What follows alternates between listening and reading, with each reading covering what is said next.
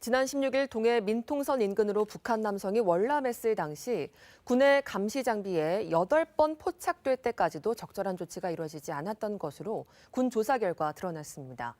이 남성이 남쪽으로 내려올 때 통과했던 철책 배수로의 차단물은 이전부터 훼손된 상태였던 것도 드러났습니다. 보도에 지영철 기자입니다.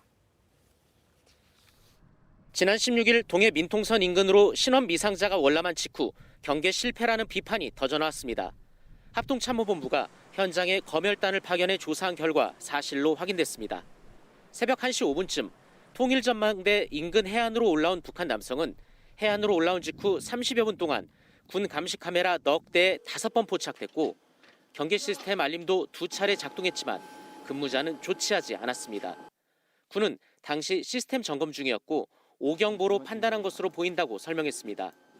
조사 과정에서 해안수색부대 관리 목록에 없는 배수로 3개도 발견됐습니다. 월남자는 이 중 하나의 배수로를 통과했습니다. 차단물의 부식 상태를 따져봤을 때 통과 전부터 이미 훼손된 상태로 추정됩니다. 남쪽으로 이동하던 월남자는 4시 12분부터 14분 사이 해군 합동작전지원소 경계용 CCTV에도 3번 더 포착됐습니다. 하지만 알림은 울리지 않았고 근무자도 인지하지 못했습니다. 군이 최초로 월남자를 인지한 건 이로부터 4분 뒤. 이때서야 보고를 거쳐 경계 감시 형태를 격상했고 새벽 6시 35분쯤엔 경계태세 1급 진돗개를 발령했습니다.